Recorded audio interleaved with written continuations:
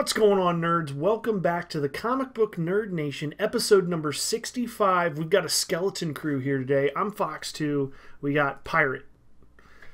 Hey guys, I'm back from swabbing the booties and plundering the decks. Chasing the decks or whatever. Chasing the decks and plundering whatever it was that Brian came up with last week. So I seen the comments, I seen that in the video. I was like, oh my fucking god. I gotta not be on these shows anymore. Can't miss. Can't be absent. Regain pride. So yeah, it's a light group this week. I'm not sure. I think Brian said he had to work. He got called into work, and then Topher is MIA. Not sure where he's at. Could be the fact that we're in the middle of Snowpocalypse 2015 here in Ohio. You would think that the world is ending the way that. We were just talking about this, actually. A little side note here. We were just talking about this before we started recording the podcast. Me and the girlfriend went to the grocery store, and Pirate, you said you went to the grocery store with your cousin yesterday. Yeah. It was a fucking madhouse. Yeah, it was probably about 11. No, it was probably about 10 o'clock or so, something like that. It was later. No shit, actually, it was earlier than that. It was like 8 or 9. Because we was at the brewery until about 7:30 by the time we got back to the brewery. It was still busy because we went at about 4:30 in the afternoon, right after work. Needed to pick up a few things, and we did. In all fairness, we did get a lot of snow. I mean, we probably got, if I had to ballpark it, I'd say 5 or 6 inches of snow. We got which is pretty good amount, but not a hammered. Yeah, we I mean, it's a lot for our area. People act like, what's weird is like Ohio is like, people act like you would think that it's the same as what they got up in Boston or whatever, where they got like 4 feet of fucking snow. Oh yeah, the way people every year is the same. It's like, oh my god, winter is coming. Brace yourselves and fucking for real. It's like some Game of Thrones shit. You walk into the grocery store and the shelves are just like completely stripped clean. They have every register open. There's still lines at the registers, and like the employees are running around trying to stock the shelves, but there's so many crazed choppers in there just buying literally anything. I mean, it's the weirdest shit that they'll be out of. They'll be out of like heavy whipping cream and like fucking cheese crackers and shit like that. It's like, if this is going to be a snow emergency, who's stocking up on heavy whipping cream and cheese crackers? Yeah. Like, that's and you know what? I just wonder, like, I don't know, maybe, I mean, I've spent some winters obviously in other places, but it just seems like our area, specifically the southwestern Ohio, it's just people hypochondriacs. Yeah, they're like, dude, it's wintertime. We're gonna get snow at some point. It's gonna snow. You know, I remember up and get over it. I remember the worst like winter emergency that I ever had was I was living in a 1-bedroom apartment by myself, and it was sub-zero temperatures. I want to say it was like around 10 or 15 below, and the electric went out. The power went out for like the whole area. And they were actually putting up warm shelters in like high school gymnasiums with like those cannon heaters stuff to let people come in and sleep there for free, because it was like in the evening, nighttime, it was supposed to dip down to like 20 below, and the heat went out, and I was on the floor. I was on the bottom level, ground level apartment, and it got so cold in my apartment. Now let me clarify. Let me throw some man shit your way here real quick. At no point did I ever consider going to the warm shelter.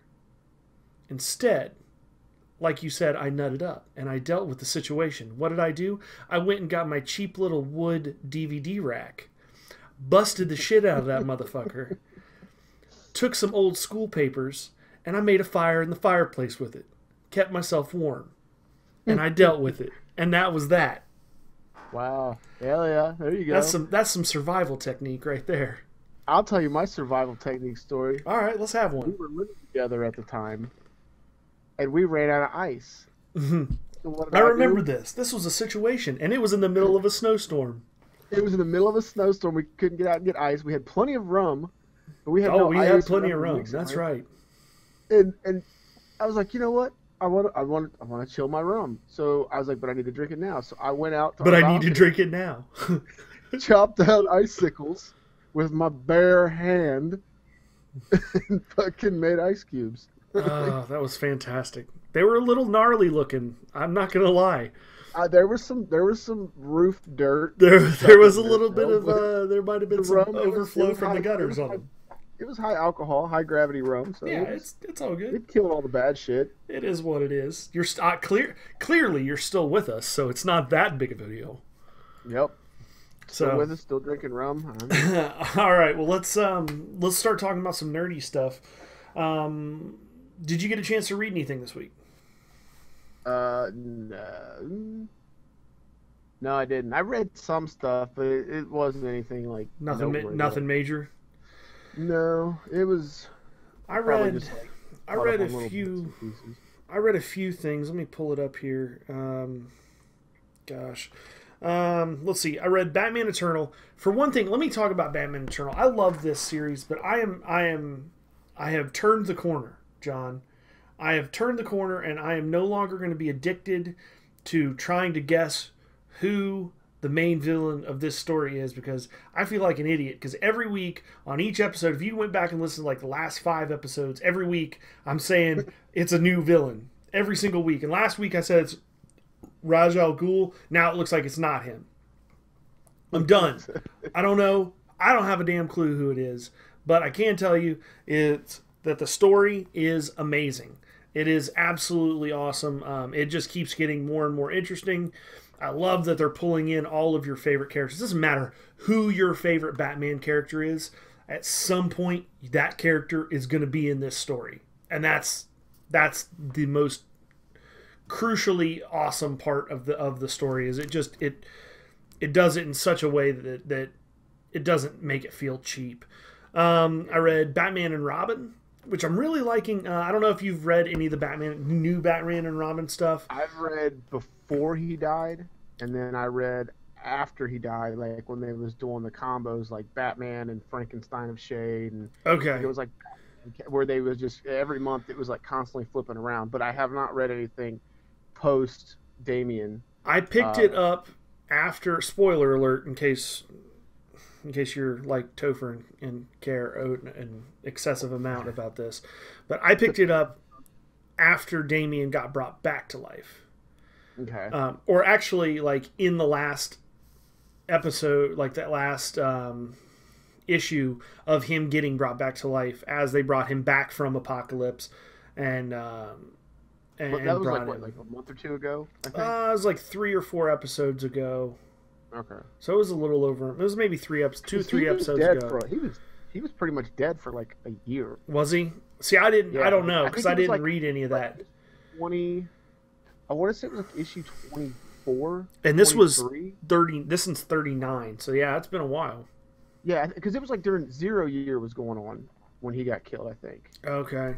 If I'm not mistaken. Well, I'm really liking it. First of all, I like Damian Wayne as a character. I think he's an awesome.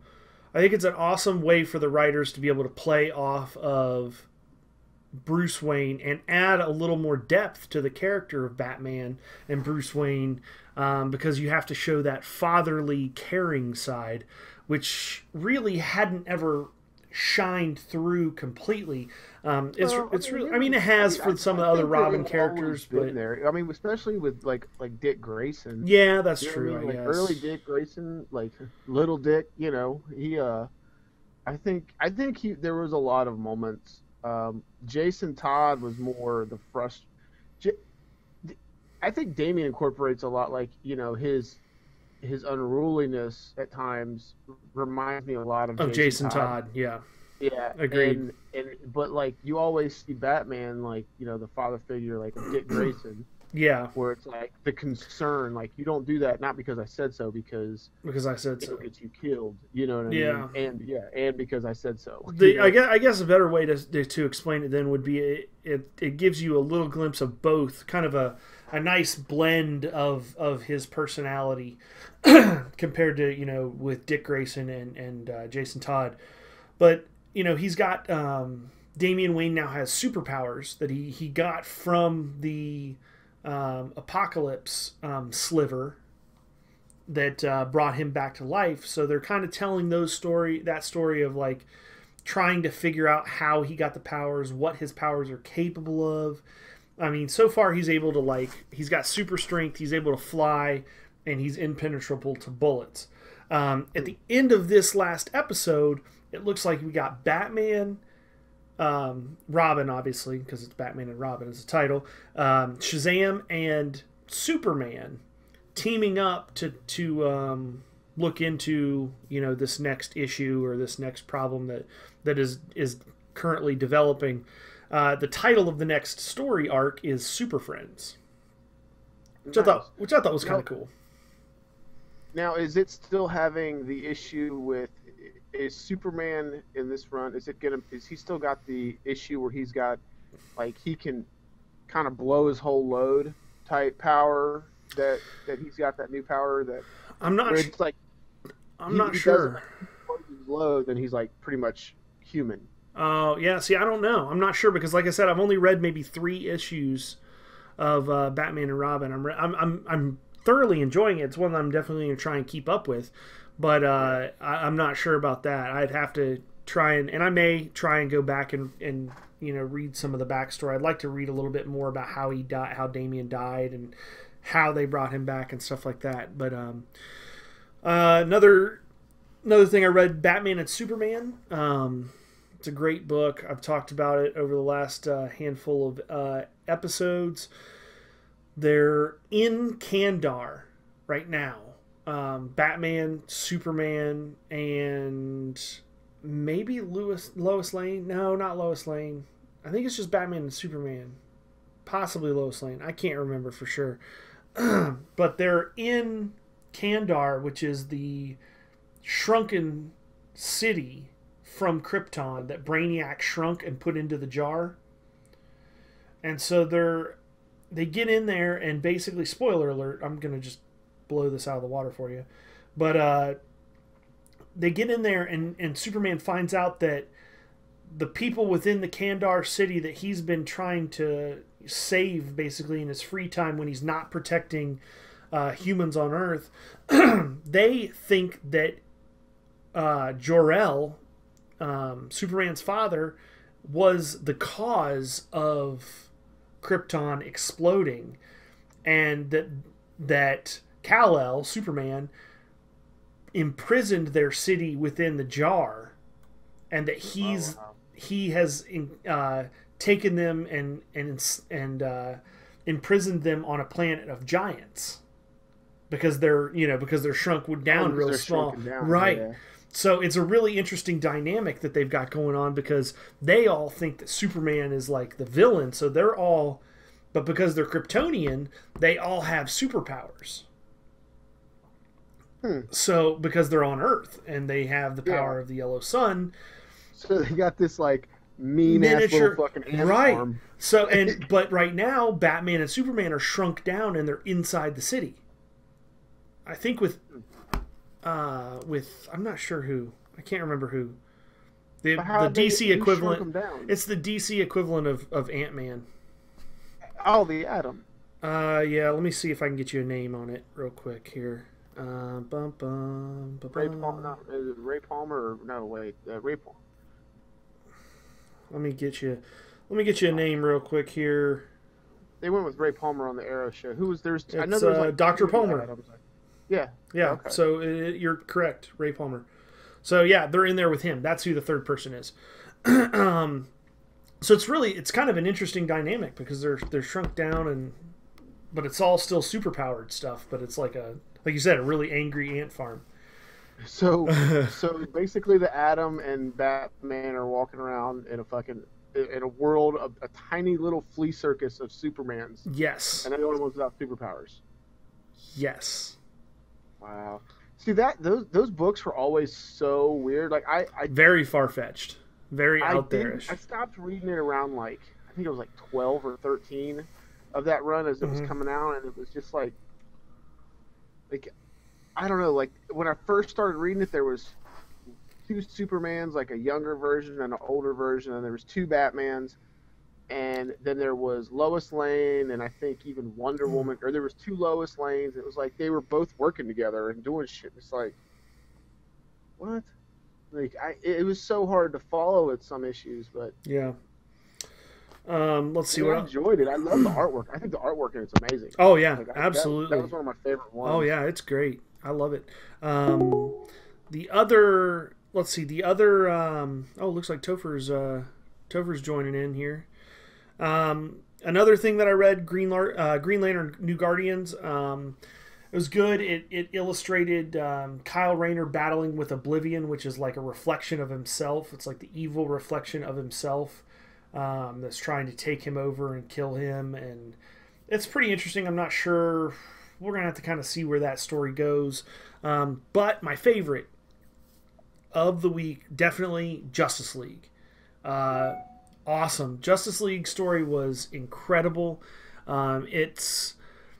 It tied up the whole Amazo virus thing, developed a new villain called Amazo, which was Patient Zero with the Amazo virus that Lex Luthor had created. So that's going to be interesting. But then the big, to me, the big thing with this issue was, first of all, they brought back Green Lantern. So he's coming back into the Justice League or into the Justice League title. I don't think he ever left the Justice League per se. But the next issue, it says right at the bottom, prologue to the Darkseid War, which I'm really interested to see where this goes. The Justice League stuff right now is unstoppable. I mean, Jeff Johns is an incredible writer. Anything, as you guys have heard me talk about before, anything that he writes is just absolutely phenomenal. And this is no exception. This is some really, really good stuff. Super interesting. Very detailed, very intricate, just like you would expect from him. Just like a Blackest Night kind of story where it's got lots of threads, kind of similar to Forever Evil, that kind of style of writing. It's, man, the Justice League stuff right now. If you're not reading it, you need to go get the last, I would say at least 4 or 5 issues of Justice League and start reading it right now, because it's clear to me this is my number one pick for the next couple months. That one's going to get good. That's going to be the must not miss comic book that's out there, at least for DC. I don't know really what's going on the Marvel side of things. I might try and dabble in some Marvel stuff. We'll see what happens, time permitting, obviously. But that's basically what I've been reading. I know I've been talking a lot here, but Topher, what's going on? Welcome to the show. Hi. And good morning. What have you been reading?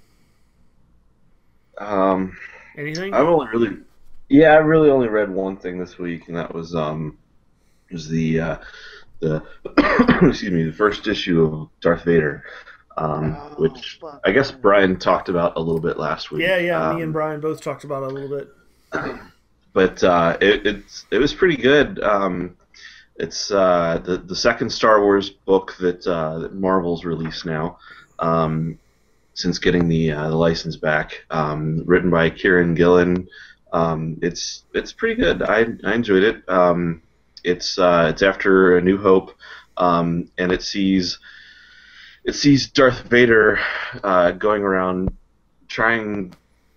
He's basically it's right after the first Death Star got blown up. The Emperor's kind of pissed off at him because, well, he let the first Death Star blow up, and didn't even die on it. You know, he was like the one guy that made it out. It was his. You know, he was in charge of making sure that it was protected. So you know, the Emperor's kind of pissed at him, and the Emperor's like doing some stuff on the side, and Vader's like, God damn it, he's like, I'm on the shit list.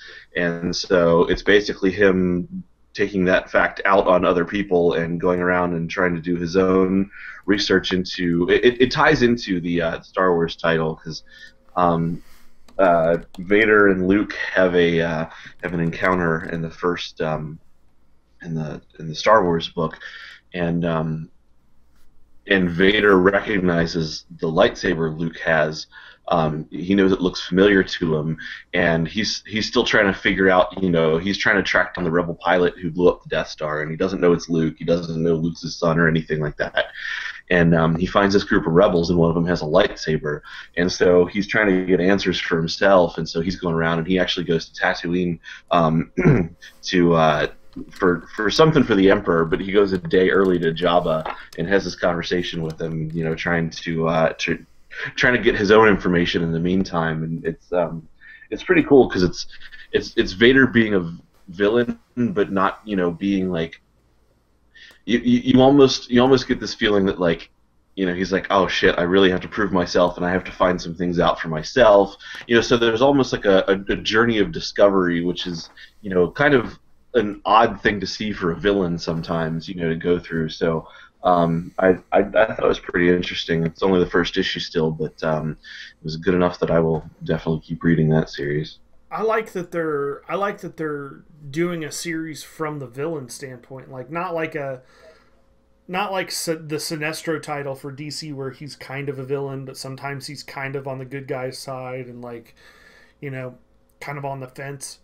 This is a title that is well known, like clearly Darth Vader is the villain, like definitely the villain of the story, and I like that it's kind of shedding light on his perspective and his thoughts into what he's thinking about the going-ons of the rebel side, because obviously most of the movies are really kind of shot from the good guys aspect of things and showing what they think is going on and everything, but you don't ever really get a good glimpse into like what the bad guys are thinking. I like that. I want to know what really goes through Darth Vader's mind when he force chokes someone.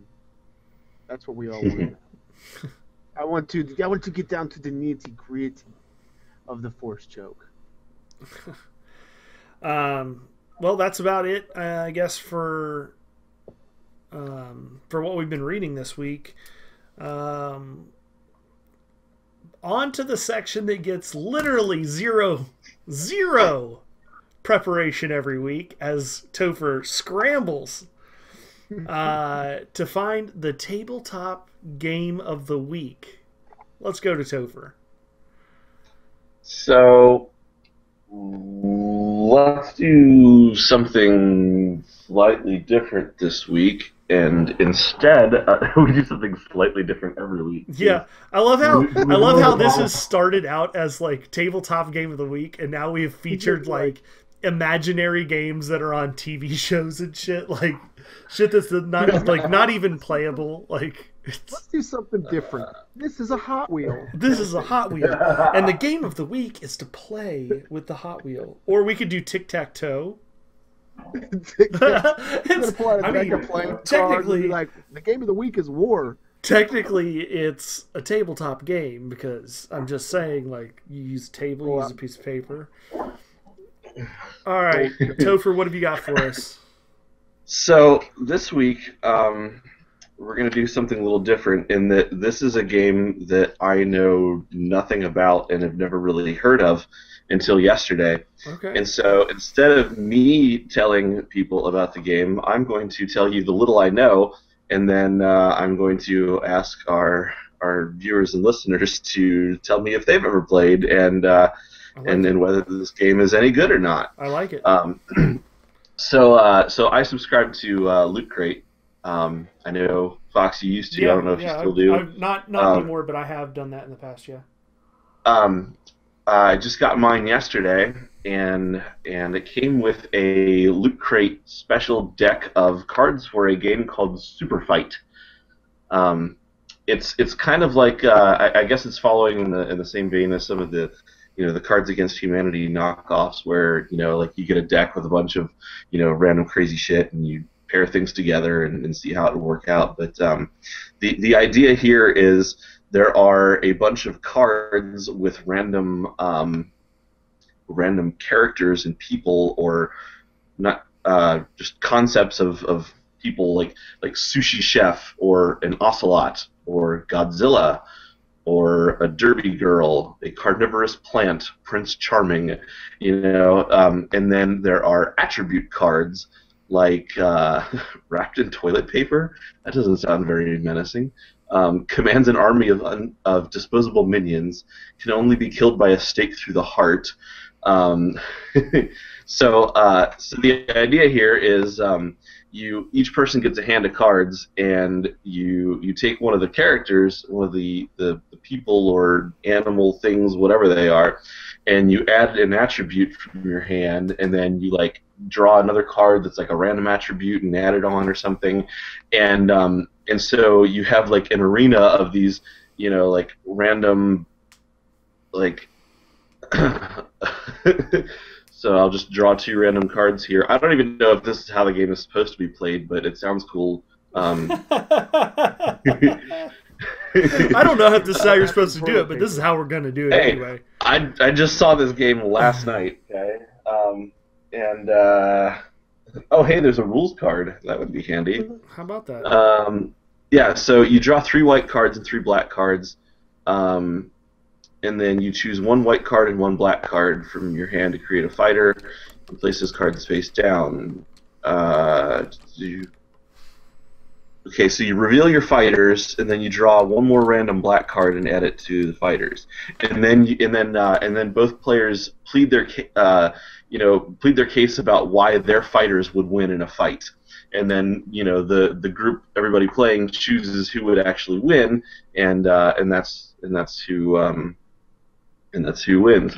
So I just randomly drew here. Cards Against Humanity, but visually thinking, and you have to, but like a cage match between random. So so our contestants in this fight are 2 tribbles swinging a 2-ton tuna, and then the extra card I drew was that they also shoot lasers out of their ears. Versus an Amazon warrior riding a nuclear missile. And the extra card is that can call down orbital bombardments. So I'm going to have to give it to the Amazon warrior. I'm going to go with the Amazon warrior, I think. Yeah, I think so. Nukes trump a lot of shit. The nukes and the orbital bombardments. Orbital bombardments, and you strip all that away, and you still have an Amazon warrior versus 2 tribbles. What exactly is it? I don't even know what a tribble is. What is a tribble? What? You got? Oh God, the little multiplying furry ball critters from the original Star Trek series. Okay. I know what you're talking about now. All right. They were in the last Star Wars too. They put them in the fucking. Star Trek. Yeah, but there are 2 of them, so they would get flanking bonus. Oh, fantastic pull there. Nice. Right. And then I guess there's a couple extra, like there's location cards like Godzilla's stomach or on a roller coaster, which I guess could put the fight in one person's benefit or something. And then there's condition cards like all fighters armed with gasoline squirt guns, or fighters cannot see or hear. So it sounds kind of interesting. This is a fairly small deck. I imagine you'd start getting repeats with this deck pretty quickly. But it's just a little sample deck, expansion deck from Loot Crate. So now I'm kind of interested in seeing the base game. I looked on Amazon and I could not find it. Only thing, if you search Super Fight, the only thing that shows up is Cards Against Humanity. It is. It's made by Skybound Games, skybound.com or superfightgame.com. It might not be released yet. This might be like a preliminary, kind of teaser thing for the game that's going to come out. But it was amusing enough. I mean, we're comic book fans. What comic book 500 card core deck. What comic book fan has not sat around and said, so which one of these superheroes would win in a fight? Would it be this guy? Would Batman and Superman, who would win in a fight? So I mean, the whole who would win in a fight with crazy random combinations of things sounds kind of interesting to me. So I might actually check that one out. It's $35 on superfightcardgame.com or superfightgame.com or whatever the hell it is. It says one deck contains 160 characters such as Zombie, Child, Beauty, Pageant Queen, Shark, and George W. Bush. And the other deck contains 340 powers and problems such as Inside a Giant Hamster Ball, Super Speed, Can Turn Invisible while singing show tunes, and Armed with a Chainsaw. This feels like a game that we really like desperately need to play on the podcast sometime. We need to figure out the logistics of playing this. Like, we'll draw all the cards, you could draw all the cards for us, and then we have to argue our individual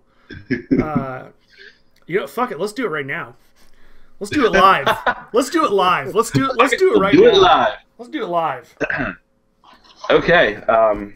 This is going to be fun. So bear with us, viewers. This is clearly the first time that any of us have ever done this. So, who draw for pirate first. All right, we'll draw for pirate first. So, I'm going to watch pirates. We're going to watch pirates' facial expressions. Your card is an ocelot. Okay. An ocelot. What's Your an ocelot? power. He wants to know Every time I what hear else is. ocelot, I think of fucking Metal Gear. I think of Revolver Ocelot from Metal Gear. That was the first thing I The thought of. ocelot is also known as the dwarf leopard. It's A like wildcat a distributed like a extensively cat. over South a small America. leopard. Yes, it looks Oh, like a okay. miniature leopard. I think people Okay. actually keep them as pets. Okay, cool. All right, he's got an ocelot. He's got an ocelot. Of course, I mean, it doesn't say an ocelot. It just says ocelot. So you could argue Revolver Ocelot for all I care. Make your argument, and the judges might allow What it. his superpowers are. Your superpower is you are wrapped in toilet paper. Damn, that's gonna be a rough. That's gonna be a rough one. Brutal. That's brutal. That's brutal. But maybe you can find a way to work that to your advantage. What's his special third card? Well, I'll let him think about that one. We'll draw yours. Okay. Fox, you are Prince I Charming. know I am, but what's my card? I see what you did there. And your superpower is Come on with it. machine guns for legs. Let's go. Let's go. All right. So, Oh, this is we're gonna gonna, be good. This is gonna be good. so we're gonna spice this up a little bit, and I'm gonna do the purple and blue cards here. Now, are you So, gonna you gonna guys- be the judge between the two of us arguing? Is that how Yes, this is gonna work? yes. Okay. Yes. All right. So you are fighting deep in the Amazon rainforest. Okay. So if you can find a way to use that terrain to your advantage, I will award extra points.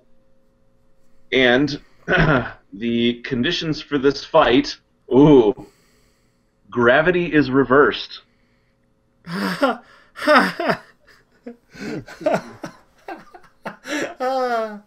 right.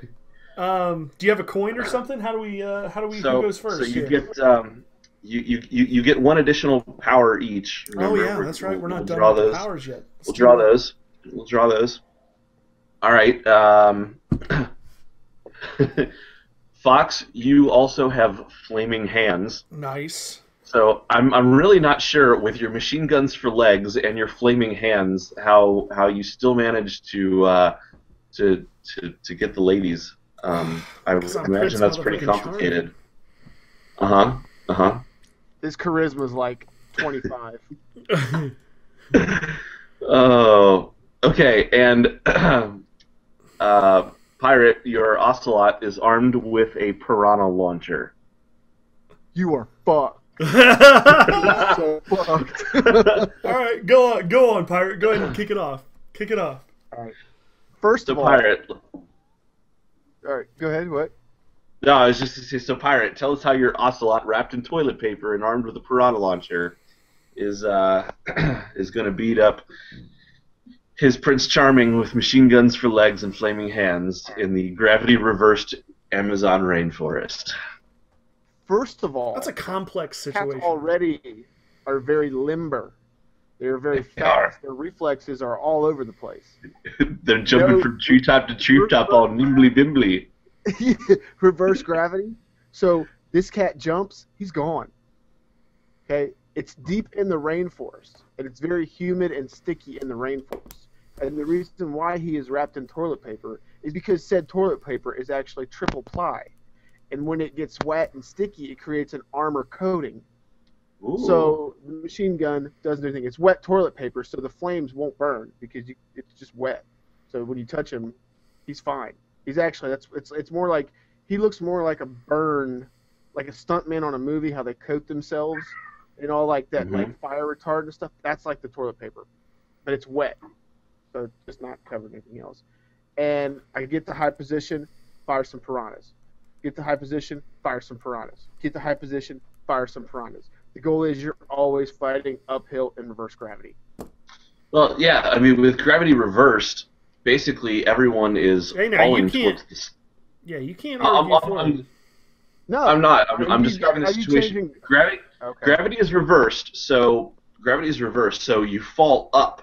So when you jump, really you're jumping to keep from to the sun, falling out of the tree line and going straight up into the atmosphere. You're jumping up towards the ground. So so one thing here is making sure you can get a good perch without falling out of the trees. Oh, well. But how come we're not on the ground in the rainforest? Because gravity's reversed. Ground is the ceiling now. So everything's upside down. Fuck me. Still, same game plan. Get higher than you, hit you with a piranha in the face. All right. I will accept this challenge gladly. Now, esteemed Judge Topher, let me walk you through exactly how Prince Charming with machine gun legs and flaming hands would win this battle on multiple fronts. See, if he was really that, he would just use his Prince Charming skills. This isn't just simply a single-fronted attack, but this is a multiple issue situation here where not only would Prince Charming win, but the cat itself would lose. Let me explain. Let me dive in. I do recall Pirate saying this cat is gone because he's all nimbly-pimbly. That is absolutely correct. The cat has no hands. This cat would be gone. As soon as he jumped from one tree to the next, gone, like out in the atmosphere, gone. This motherfucker's out of here. Claws. All right? So no opposable thumbs. Difficult to use. Can't use any kind of tools or anything like that to hold himself to the upside-down trees to keep from falling out of the atmosphere and dying. That being said, how does Prince Charming resolve this situation? Everybody knows Prince Charming is looking good. Formal wear, straight up all the time. What is one piece of formal wear? A tie. What is another piece of formal wear? A belt. Both of which can affix you to a tree. No problem. Now, let's get on to the actual fight itself. Pirate made the point that the toilet paper would be wet and it's this strong 3-ply. Now, I don't know about you, but I'm pretty sure that I've never seen any kind of toilet paper that's wet and strong enough to keep you from poking yourself in the butthole when you're wiping, let alone when a machine gun bullet's coming at you. Okay? So the question I ask is, if the tensile strength of the 3-ply wet toilet paper is not strong enough to keep your index finger out of your rectum, how is it going to keep a machine gun bullet from killing an ocelot? That is my question. Thirdly, all I have to do, if the cat comes close, light it on fire with the flaming hands. But other than that, just as I tie my waist around the tree, aim the legs, good night, cat. I rest my case. Do we get a retort? Go ahead. I'm so sure of my case. Go ahead. Okay. You can retort, but I believe I've already made my decision. Okay. All right. As long as okay. One, a cat would grab a hold of. I mean, the claws. I've seen cats stick to the side of shit, so I don't think he needs a thumb to hold on to a branch. You've just tied yourself to a tree with piranhas coming at you now. Just saying. Okay. I feel good. I feel good with where I'm sitting right now. I'm all right. All right. What do we got? lay it on us. So, take you through the judge's process here. So, Pirate's main weapon here is the piranha launcher. I did not hear much in the way of Prince Charming's defense against the piranha launcher. Don't need it. Prince Charming has flaming hands and machine guns for legs. How long? Let me ask you a question. How long do fish stay alive out of water? Enough said. Thank you. Long enough to latch their teeth into you? I don't know. Physics will take care of my answer. By a fish? Biology will handle that. Flying at you? Look, it's a piranha launcher. I mean, I'm. Which is great if we're fighting in Atlantis. Hey, you didn't call that an. I'm already giving my ruling. You did not call that into question earlier, so I'm ruling that if you can make a piranha launcher work, you have found some way to launch enough water, a stream of water, or something with it that allows the piranhas to be effective as a piranha launcher. All right, fair enough. So, now, Prince Charming's weapons, the flaming hands. Pirate has addressed that with his wet toilet paper. Yes, that will not save him from machine gun fire. The toilet paper is not effective armor against machine guns. However, Pirate brings up a good point that his ocelot is instinctually able to jump among the trees and find their way. And I mean, like, you know, leopards and all kinds of cats like that can move from treetop to treetop, and so the danger of him falling out is very, very little, as they are able to easily move from branch to branch throughout the trees. However, Prince Charming did not address his ability to stay in the treetops other than by tying his tie, which, if this is usual formal wear, I do not believe that most silk ties are flame retardant. So how he ties those with flaming hands, I'm not entirely sure.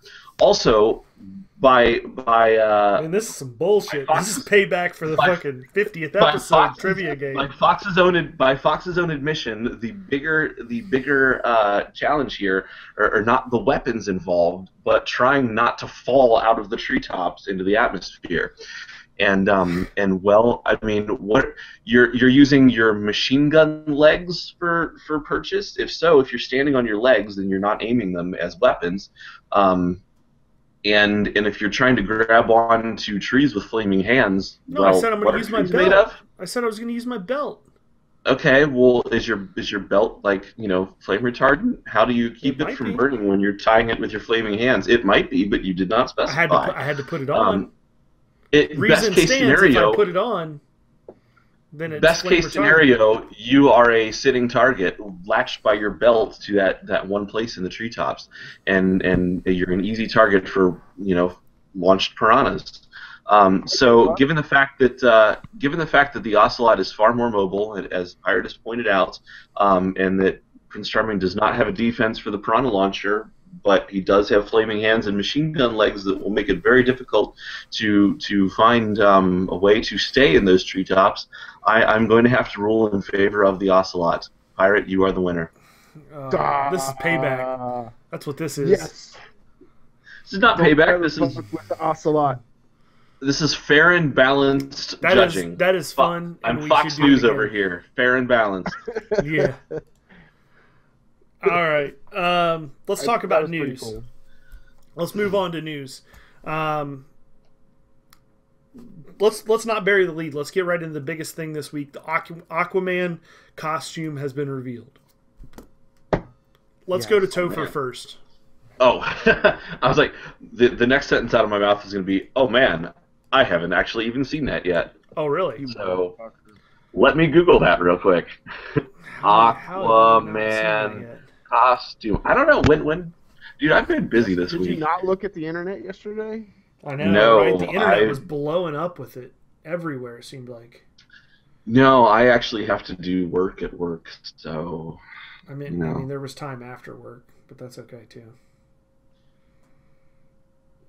Actually, I I left work late, worked out for a bit, went to dinner, and then We came home know and the went straight to story bed. now became a lie.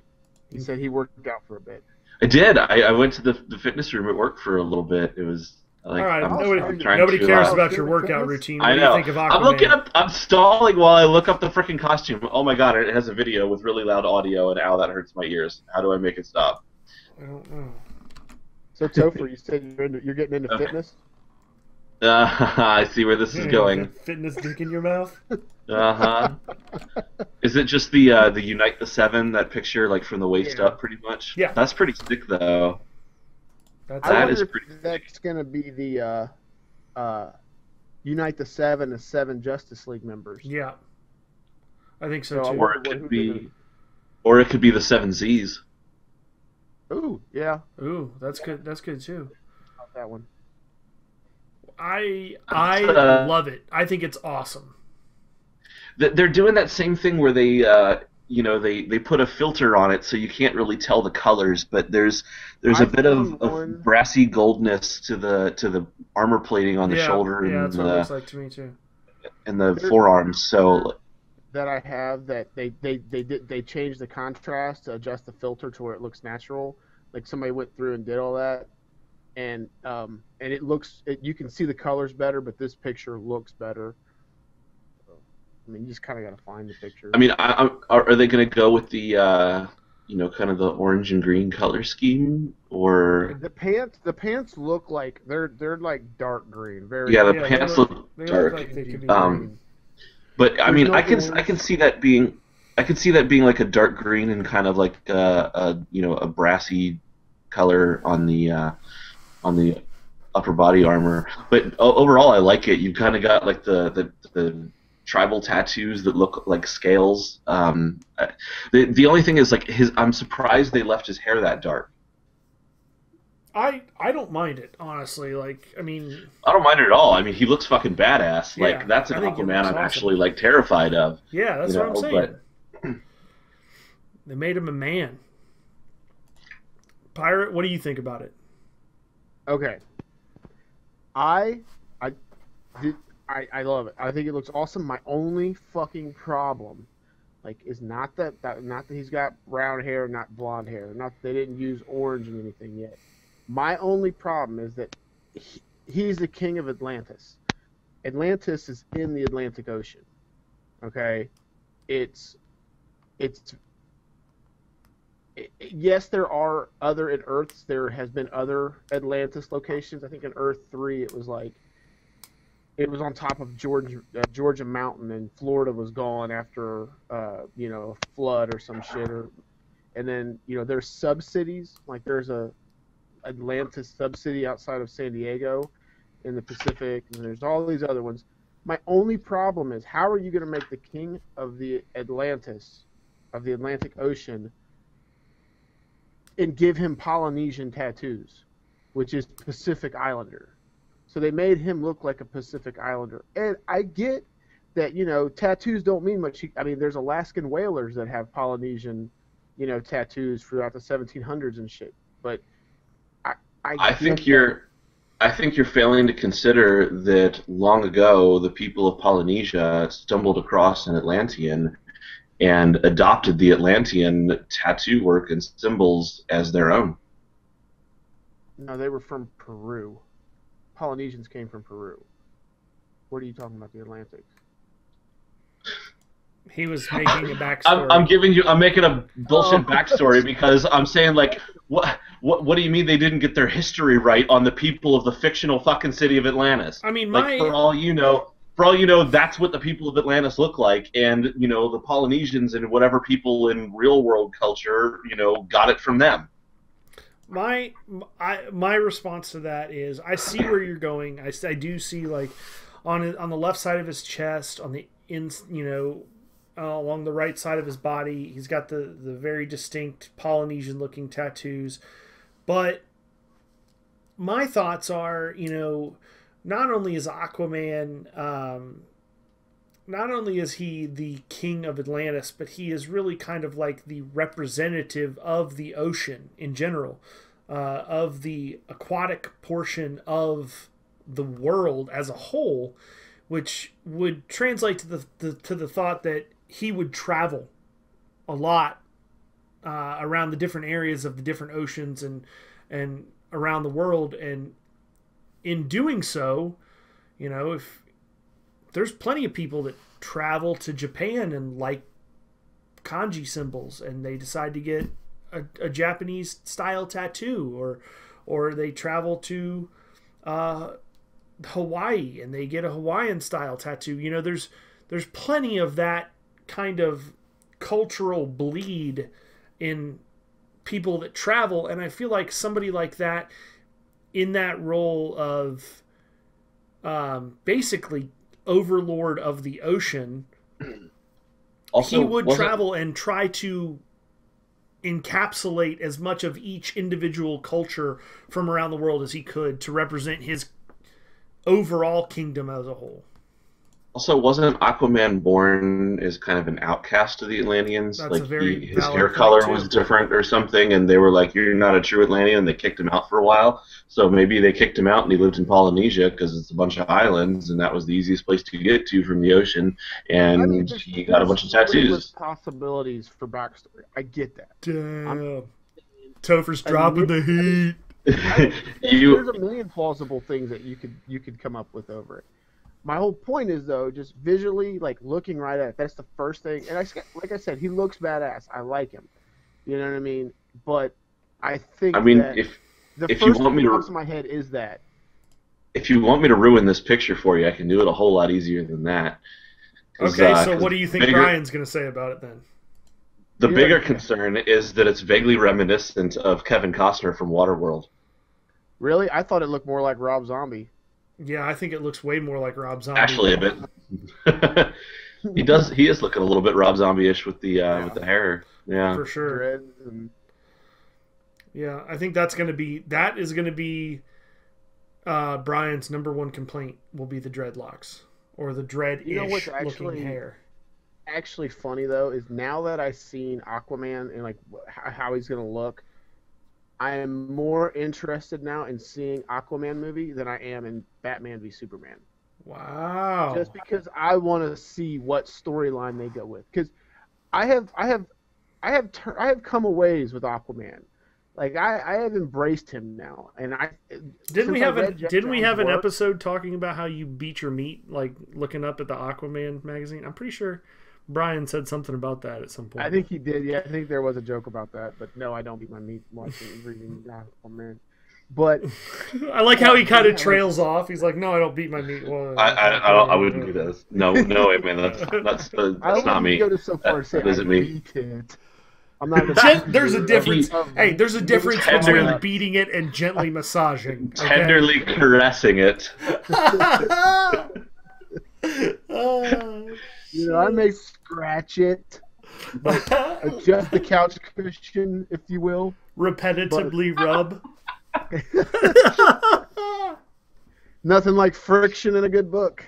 But anyways, so ever since I've read the Jeff Johns works, of Aquaman, and then with the Aquaman and the others and stuff, I New 52's Aquaman's awesome, and even the older stuff that I went back and kind of picked through and read, I never had really full runs of anything. It was good, but I'm actually very excited, and I don't know if you guys have seen the new Throne to Atlantis, the new Aquaman film that DC Animation just did. I haven't. How is it? Awesome. Really? I thought there was some very stupid parts in it. There was one where like he's fighting Black Manta, and all of a sudden he calls upon. They're like on a pier or a dock side, and all of a sudden like a fucking giant ass shark. It looks like a great white, but it was drawn to look like a megalodon or some shit. Comes out like right behind him and eats him, and it's like there's no way there is enough. That water is deep enough right there to have a fucking megalodon. I mean, this thing was ridiculous. I was just like, no way. But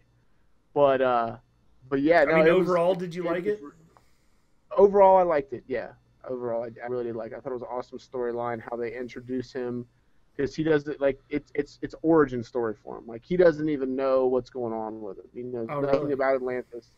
yeah, he just has these powers you can't explain. His dad just died, and he's basically like a drunkard, and he's hanging out like it starts off basically with him hanging out in a bar restaurant, talking to a lobster, or like on the bar like slunched over like drunk, and there's a lobster in a fish tank, and the cook comes and grabs the lobster out to go to like prepare him, and he's like, hold on, I was talking to him, like all drunk and shit. Like, it's really good. It was a very good take on it.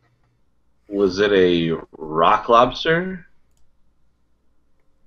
I don't understand the joke. I'm hoping there's a joke there. Never mind. The song Rock Lobster, not familiar with it, maybe? No? Okay. That was this week's biggest fail. On your part for not recognizing the song. Yes, I agree. I was going to go with your part for a terrible joke. Was or reference. It a rock fail? It was a rock fail. All right. Well, that killed that conversation. Way to go, Topher. Way to go. Well, way to come in and ruin the fucking day. At least one of our listeners understood that joke and laughed a little bit. So hopefully they'll comment and say that was funny. If anybody in the audience thought that was funny, leave a comment and let us know, because I would love to hear from you. More importantly, if anybody didn't get it, leave that in the comments. Yeah. Wait a minute, guys. So that way Topher can realize just how stupid to leave the stupid jokes at home. Even Family Guy did a rock lobster bit. God. Yeah, well, they've done a lot of funny bits that weren't so funny too. Well, that's actually about a good place for us to wrap up this week, seeing as there wasn't that much big news going on, but. Next week, we're going to have a special guest, Chuck, the president, or I'm not sure if he's president. He's owner of Derby City Comic Con, and he is involved with comicrelated.com, as well as, what's the other website? I can't remember, but you'll find out next week when he's here to tell us all about it. That was the best pitch ever. I'm Fox 2. Here's Pirate. See you all next week. And Topher. And he says mine was the worst part. Like, still not as bad as the mine was just a joke that didn't go over. You at least he didn't insult me, buddy. Didn't even mention our guest's last name. Can't even remember his website. I mean, that looks great on us as comic book. I'm like, we're not comedians, so if I tell a bad joke, that's fine. But as reporters on comic book stuff, maybe you want to learn that. I'm just saying. Well, you know what? So, all right. We'll see you next week.